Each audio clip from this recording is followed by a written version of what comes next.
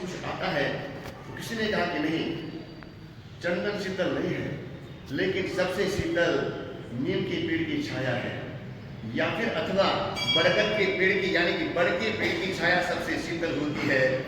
क्योंकि आप देखेंगे गुजरात के किसी छोटे छोटे गांव में, अभी राजस्थान के छोटे छोटे गांव में गर्मी के समय में, गर्मी के मौसम में जब अपार गर्मी पड़ती हो, उस समय आप देखेंगे राजस्थान में चौराहे के ऊपर बड़ का बहुत बड़ा पेड़ होता है, अभी नीम का बहुत बड़ा पेड़ होता है, चबूतरा होता है, और बड़ टोकरी में जहां पर लहरें चलती हो, लू की गर्म हवा की लहरें चलती हो, और उस समय खटिया लगा करके कोई उस बड़ के पेड़ की छाया में, नीम के पेड़ की छाया में अगर सो जाए, सुकून मिलता है, शांति मिलती है, और दोपहर के गर्मी का समय उसका निकल जाता है। उसने कहा कि इसलिए संसार में बड़ के पेड़ की छाया शीतल है और नीम के पेड़ की छाया शीतल है। मुनि भगवंत ने कहा आपका जवाब यह है, और किसी को कुछ कहना है सबसे शीतल क्या है, सबसे शीतल क्या है? तो फिर पूछा और किसी कुछ कहना है, जिज्ञासा मेरी और कुछ बताइए, जिनको जुआ पता बताया और किसी को कुछ बोलिए। तो किसी ने कहा कि नहीं, न तो चंदन शीतल है, न बड़ के पेड़ की छाया शीतल है, लेकिन शीतल तो एरंडे का तेल है। कैस्ट्रोल है वो शीतल है, बड़ा ठंडक है, बड़ा ठंडक देता है। भले खाने पीने में ये चीज यूज नहीं आती है, लेकिन कई जगह पर इतना ये गुणकारी तेल माना गया है। धान को सुरक्षित रखने के लिए, जीव जंतु पैदा होने से बचाने के लिए क्या करते हैं, उस एरंडे के तेल से पॉलिश करके रखते हैं। इतने जीव जंतु से, जम से बचाने वाला ऐसा नहीं है, ये एरंडे का तेल माना गया है। और व्यक्ति के शरीर में अगर गर्मी चढ़ गई हो, गर्मी चढ़ गई हो, उस गर्मी की बाहर निकालने के लिए क्या करना पड़ेगा? तो कहते हैं एरंडे के तेल को पैरों में लगा जाए, घिसा जाए, कांसी कटोरी लेकर के, तो शरीर की गर्मी सारी निकल जाती है। इसलिए न तो चंदन शीतल है, न नीम के पेड़ की छाया शीतल है, लेकिन शीतल तो क्या है, शीतल तो एरंडे का तेल है। फिर पूछा गुरु भगवंत ने कहा और किसी को कुछ कहना है और कुछ बताएंगे आप? तो किसी ने कहा एक, अभी तक तो श्रावक कुछ जवाब आ रहा था, अभी तक श्रावक कुछ जवाब आ रहा था। एक बहन खड़ी हुई, वो बोल पड़ी, वो चुप नहीं रह सकी। उसने कहा सबसे शीतल तो बसरे के मोती की माला सबसे शीतल होती है। मोती होते हैं बसरे की उत्तम जाति की जो माला होती है, मोती जो होते हैं सबसे शीतल। अगर गर्मी के समय में, बुखार के समय में बसरे के मोती की माला, शुद्ध प्रकार की वो माला अगर गले में धारण की जाए, शरीर की सारी गर्मी वो मोती की माला खींच लेती है। इसलिए न तो चंदन शीतल है, न बरगद के पेड़ की छाया शीतल है, न एरंडे का तेल शीतल है, लेकिन शीतल तो क्या है, शीतल तो बसरे के मोती की माला सबसे शीतल है। और इसीलिए जिनको गुस्सा ज्यादा आता हो, चंचलता ज्यादा हो, आवेश आता हो, कसाई जो हो, एक जगह ठीक रखता हो, विचारा बहुत बदलते हो, विवेकी माइंड हो, कहते हैं उसको क्या करना चाहिए, मोती पहनाना चाहिए, चंचलता दूर हो जाए, गुस्सा शांत हो जाए। इसलिए ये मोती पहनाया जाता है। फिर बेटा और किसी को कुछ कहना है? तो किसी ने कहा, वो खड़ा हो गया, उसने कहा न तो चंदन शीतल है, न बरगद के पेड़ की छाया शीतल है, न एरंडे का तेल शीतल है, न मोती की माला शीतल है, लेकिन शीतल तो चंद्र की चांदनी शीतल है। चंद्र की चांदनी कितनी लुभावनी होती है, मनभावन होती है। और आज तो बहुत सारे नजारे देखने को मिलते नहीं है। शहरों की चकाचौंध में, ऐसे एलईडी लाइट में हमने कुदरती जो माहौल, जो खुशियां, जो प्रसन्नता को मिल रही थी, उसको हमने सब कुछ भुला दिया है, कभी देखने का मौका नहीं मिलता है। बाकी अगर शुक्ल पक्ष में, सूर्य पक्ष में अगर आप देखोगे, आसमान में सुंदरता होती है, जैसे किसी ने, भगवान ने, प्रभु ने, कुदरत ने बहुत बड़ा बल्ब जला दिया हो और चारों तरफ में छोटे छोटे दिए, छोटे छोटे बल्ब टिमटिमा रहे, ऐसा नजारा सितारों में आसमान में नजर आता है। पहले के जमाने में जब सूर्य पक्ष आता, बच्चे बालक क्या करते, बाहर घूमते, बाहर फिरते, बाहर खेलते, खेल क्रीड़ा करते और विचार करते कब ये सूर्य पक्ष आए, अंधेरा कहां से आ गया, अंधेरा कहां से आ गया, ऐसा सोचते, ऐसा विचार करते। लेकिन अंधेरा एक आदमी को पसंद है, अंधेरा एक आदमी को पसंद। अगर पूनम की रात आ जाए, प्रकाश वाली रोशनी में रात आ जाए, उसको वो रात दुश्मन लगती है। कौन होता है वो? चोर होता है ना। चोर को तो अमावस की रात अच्छी लगती है। ये पूनम की रात नहीं होनी चाहिए, इसमें तो क्या हो जाएगा, मेरा काम, मेरा धंधा ठप हो जाएगा। हमेशा काली रात रहे तो मेरा काम आसानी से, मेरा धंधा मेरा आसानी से काम हो सकता है। तो किसने कह दिया कि नहीं, चंद्रमा की चांदनी सबसे शीतल है। चंद्रमा की चांदनी सबसे शीतल है, उसने ऐसा कहा क्योंकि आप है ना कितने उद्वेलित हो, कितने अशांत हो, कितने बिल्कुल परेशान हो, लेकिन जब एक बार शुक्ल पक्ष में बैठे बैठे अपने घर के आंगन में या फिर सोते सोते कभी आप आसमान को देखो, आपकी सारी पीड़ा, आपकी सारी अशांति दूर हो जाएगी, क्योंकि वो लुभावना, वो माहौल, कुदरत का वह उस प्रकार का प्राकृतिक दृश्य नजारा आपको लुभाता है, अच्छा लगता है, मन से प्रफुल्लित होता है, मन आनंदित होता है और अंदर से खुशियां अंदर में आती है, टेंशन तनाव हमारा दूर होता है। तो इसलिए पुराने जमाने में लोग सोने के लिए कैसी जगह पसंद करते थे? मालूम आप लोगों को? पूर्व के जमाने में लोग जो है सोने के लिए, बिस्तर लगाने के लिए कैसी जगह पसंद करते थे? अभी भी घर में तो अभी वो नसीब नहीं, ऊपर छत है, कुछ दिखाई नहीं पड़ता है, तो सोने के लिए तो घर रहेगा, ऊपर छत रहेगी, तो नली रहेंगे। लेकिन कभी कभार ऐसा होता है कि आप कहीं बाहर में जाओ, यात्रा करने के जाओ, सफर में जाओ, प्रवास में जाओ, उस घर में तो जगह फिक्स है, इस ये कमरा मेरा, ये बेड मेरा, ये जगह मेरी फिक्स। लेकिन जब प्रवास में जाओ, यात्रा में जाओ, सफर में जाओ, वहां पर कोई जगह फिक्स नहीं होती है, तो वहां सोने के लिए कैसी जगह पसंद करेंगे? वहां सोने के लिए कैसी जगह पसंद करेंगे? प्रवास में क्या क्या जगह को चुनेंगे कि यहां सोऊंगा तो अच्छा लगेगा, मजा आएगा, आने कुदरत के नजारे को, एक प्राकृतिक झांकी को देखने का मुझे अवसर मिलेगा? कौन सी जगह पसंद है? पहले के समय में क्या करते थे, जहां से खुला आसमान दिखाई दे, खिला हुआ चांद दिखाई दे, टिमटिमाते जगमगाते तारे दिखाई दे और पूरा माहौल बढ़िया सा मॉडर्न दिखाई पड़ जाए, ऐसी जगह पसंद करते थे। लेकिन आप अगर बाहर जाओ, यात्रा में जाओ, सफर में जाओ, प्रवास में जाओ, तो कैसी जगह सोने के लिए रात के समय पसंद करोगे? कौन सी जगह को चुनोगे? आज है वो प्रकृति के दृश्य को, नजारे को देखने का वो समय गया। अब तो सोने के लिए वो जगह पसंद करेंगे कि स्विच बोर्ड कहां पर है, मोबाइल चार्ज करने के लिए ठीक पड़ेगा, वो जगह पसंद की जाती है आज के जमाने में। तो पूछा कहा गया, किसने कहा कि नहीं, चंद्रमा की चांदनी बहुत बहुत बहुत बड़ी लुभावनी होती है, बड़ी चमक देने वाली होती है।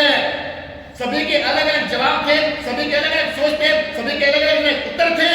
लेकिन गुरु गोपंत ने कहा न तो चंदन शीतल है, न नीम की छाया न शीतल है, न एरंडे का तेल शीतल है, और नहीं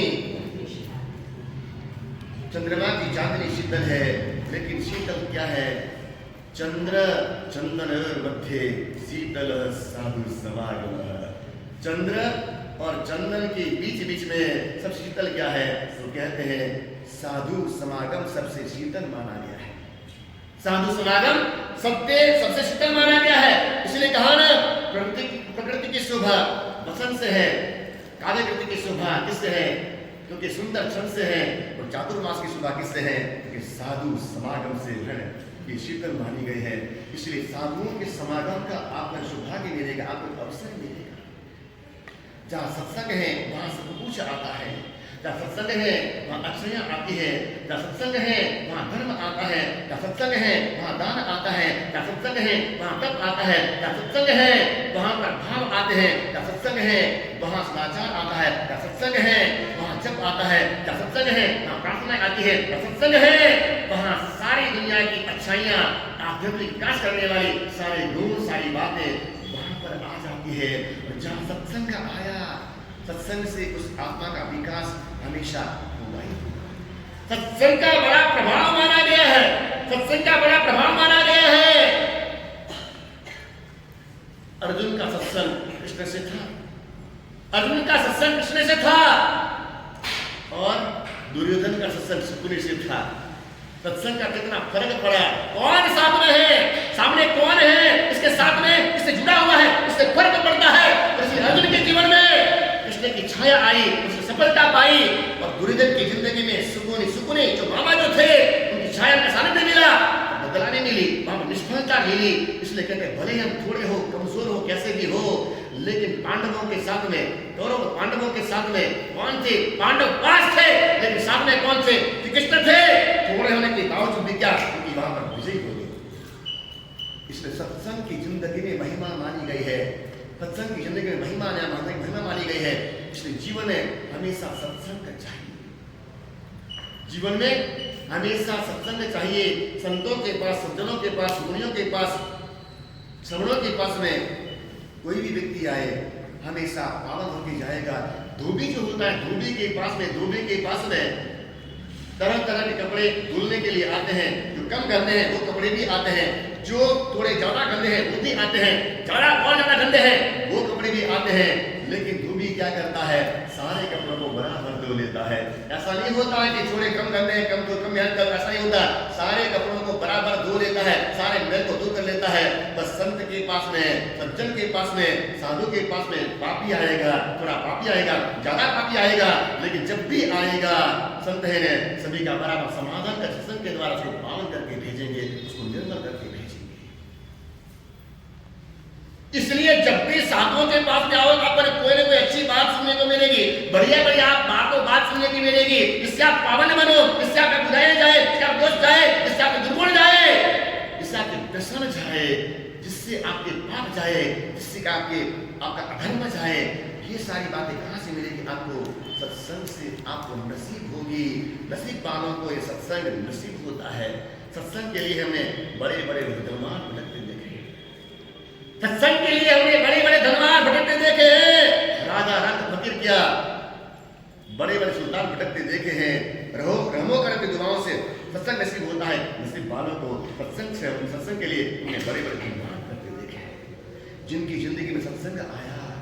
लुटेरे संत बन गए, शैतान साधु बन गए, पापी पावन बन गए, रावण विराट बन गए, नारायण नारायण बन गए, अज्ञानी ज्ञानी बन गए। इसलिए कहते हैं बुराइयों को छोड़ने का हमारे पास में एक तरीका है, एक उपाय है। क्या करें? तो सत्संग में जाया जाए, थोड़ा समय निकाला जाए, थोड़ा वक्त निकाला जाए।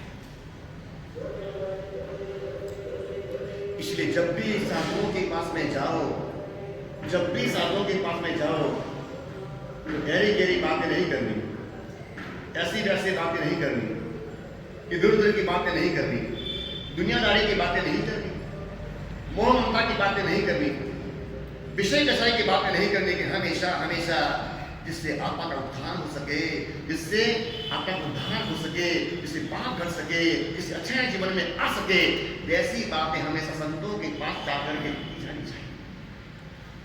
लेकिन कई बार मैं देखता हूँ जब भी लोग आते हैं, जब भी कोई लोग आते हैं, बिहार में भी इस तरह से कई प्रकार के लोग आते हैं। बिहार ग्रुप वाले आते हैं, यहाँ तो अभी थोड़ा चल रहा है, कभी आते हैं कभी नहीं आते, सब चल रहा है। लेकिन कई बार मैंने देखा बिहार ग्रुप वाले आते हैं ना, तो मैं तो कम बोलता हूँ। सुबह सुबह में मेरा जाप चलता है, मेरा स्वाध्याय चलता है, तो बोलना मैं पसंद नहीं करता हूँ। सुबह सुबह में मेरा स्वाध्याय में समय चला जाए और जाप में चला जाऊँ, लगभग घंटा डेढ़ घंटा लगभग मेरा समय ये रहता है। बोलूँगा नहीं, कुछ भी नहीं बोलूँगा। वो कुछ बोलने की कोशिश करते हैं, अब मुझे बोलना नहीं है, लेकिन वो मुझे उकसाते हैं, कुछ बोले कुछ बोले कुछ बोले। तो ऐसी वैसी बात करेंगे, ऐसी वैसी बात करेंगे। आज तो बहुत गर्मी है ना, अरे मुझे मालूम है, पता ही नहीं, मैं महसूस कर रहा हूँ ना, मुझे पता ही है गर्मी तो बहुत है, मुझे मालूम ही है, मुझे मालूम है, मुझे भी मालूम है, मैं गर्मी महसूस कर रहा हूँ, पसीना हो रहा है मुझे भी। कोई बोलेगा आज तो हवाएं बहुत चली, बहुत ठंडी है ना, बहुत ठंडी है ना। इस तरह से उल्टी पुल्टी बातें करेंगे, उल्टी पुल्टी बातें करेंगे। और कोई आएगा बोलेगा कि महाराज साहब आप कहाँ के हो, आपकी जन्मभूमि कौन सी है? कोई लेना देना नहीं है उससे, कोई लेना देना नहीं। मैं उससे कहता हूँ कि मेरे गाँव जाएगा, यात्रा करेगा, परिक्रमा करेगा, तो मैं बोलता हूँ तुझे जाने वाला है, किसलिए पूछ रहा है तू, किसलिए पूछ रहा है? नहीं मैंने जाना नहीं है, आप कुछ बोल रहे हैं इसलिए पूछ रहा हूँ। आप कुछ बोल रहे हैं ना, वहाँ चालू करने के लिए, स्टार्ट करने के लिए मैं ऐसा कैसा कुछ बोल रहा हूँ, इसलिए कुछ बोलेंगे। और कोई तो एक आदमी ऐसा मिला कि महाराज साहब क्या नरक में स्त्रियाँ होती हैं? मुझसे कहने लगा महाराज साहब नरक में स्त्रियाँ होती हैं? मैंने कहा वहाँ भी जाना है क्या तेरे को, वहाँ भी जाना है क्या? लेकिन लोगों को क्या है, बस उलझ जुलझ बातें करते रहते हैं। जाति ने पूछो साधु की, पूछ लीजिए ज्ञान। जाति ने पूछो साधु की, पूछ लीजिए ज्ञान। मोल करो तलवार का, बड़ी रहन दो म्यान। म्यान की कोई कीमत कोई वैल्यू नहीं है, वो तो तलवार को रखने के लिए सुरक्षा है।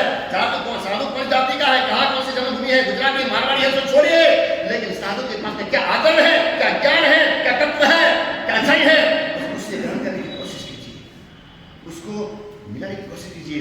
जब साधु के पास में प्रत्येक क्रिया से आपको कुछ न कुछ सीख मिलेगी, कोई ना कोई प्रेरणा मिलेगी, कोई ना कोई गुण मिलेगा, कोई ना कोई अच्छाई मिलेगी, कोई ना कोई शिष्टता मिलेगी। जब भी जाओगे, उपासना जाओगे, जहां संत बैठे हुए हैं, रुके हुए, वहां पर जाओगे, आपको कोई ना कोई है ना, आपको कहीं ना कहीं जरूर एक नई प्रेरणा की रोशनी आपको मिल ही जाएगी।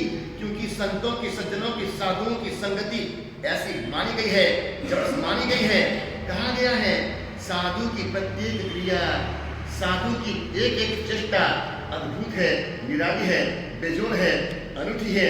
इसलिए शास्त्रों में वर्णन आता है साधु के जीवन की एक भी क्रिया ऐसी नहीं जिसे देखने के बाद में किसी को धर्म का बोध न हो जाए, धर्म की प्राप्ति न हो जाए। कहा गया है उसका बैठना, उसका चलना, उसका देखना, उसका बोलना, उसका आहार लेने जाना, आहार लेकर के आना और आहार करना, उसका मंदिर जाना, उसका अवसर बैठना, उसका प्रवचन देना, उसके कपड़े, उसकी मोहब्बती और उसका ओखा, एक एक चीज ने क्या है, मंगलकारी मानी गई है। इसलिए साधु के जीवन की एक एक क्रिया ऐसी है कि मंगल क्रिया मानी गई है। शास्त्रों में ऐसे उदाहरण, नास्तिक लोग साधुओं की हरकतों को, क्रियाओं को देखने के बाद आस्तिक बन गए। कुवलई माला में ऐसे ऐसे उदाहरण दिए गए हैं कि नास्तिक राजा भी, नास्तिक लोग भी साधुओं की वृत्तियों को, प्रवृत्ति क्रियाओं को देखने के बाद उनकी नास्तिकता चली गई, वो सही मार्ग पर आ गए और उनका आत्मा का कल्याण हो गया। ऐसे उदाहरण इसलिए कहा ना, आप उपासना में आओ, साधु के पास में चलो, जब भी जाओ आप न स्वाध्याय करो, न किताब लो, न माला जपो, न सेवा करो, न निंदी करो, कुछ भी न करो, लेकिन कोने में बैठ करके साधु की हरकत को देखो, साधु क्रिया को देखो, उनके वर्णन को देखो, उनके स्वाध्याय को देखो, उनकी क्रिया को देखो। इन क्रियाओं से लिए ना, क्योंकि साधु जीवन की सारी क्रियाएं कैसी है, एक भी क्रिया अमंगल करने वाली, लेकिन सारी क्रियाएं मंगल करने वाली है। इसलिए कहते हैं साधु जीवन की एक एक क्रिया प्रक्रिया कैसे नहीं होती जिससे किसी न किसी को इन्हें धर्म की प्राप्ति न हो सके। साधु कपड़े पहने हुए मंगल, मोमबत्ती भी मंगल, सूत्र बोले हुए मंगल, प्रवचन बोले हुए मंगल, खाने में जाए हुए मंगल, खाने में खाए हुए मंगल, है ना, आकाश में बोले हुए मंगल, सब कुछ मंगल मंगल। जिस मंदिर में दर्शन कर रहे हैं वो भी मंगल, जहां रहते हैं उपासना भी क्या है, मंगल ही मंगल है। ज्ञानी साधु क्या है, मंगल घर माना गया है। जहां मंदिर होता है पास में मंगल घर होता है, और साधु एक मंगल घर है जहां पर वहां मंगल सामग्री उनके पास में आपको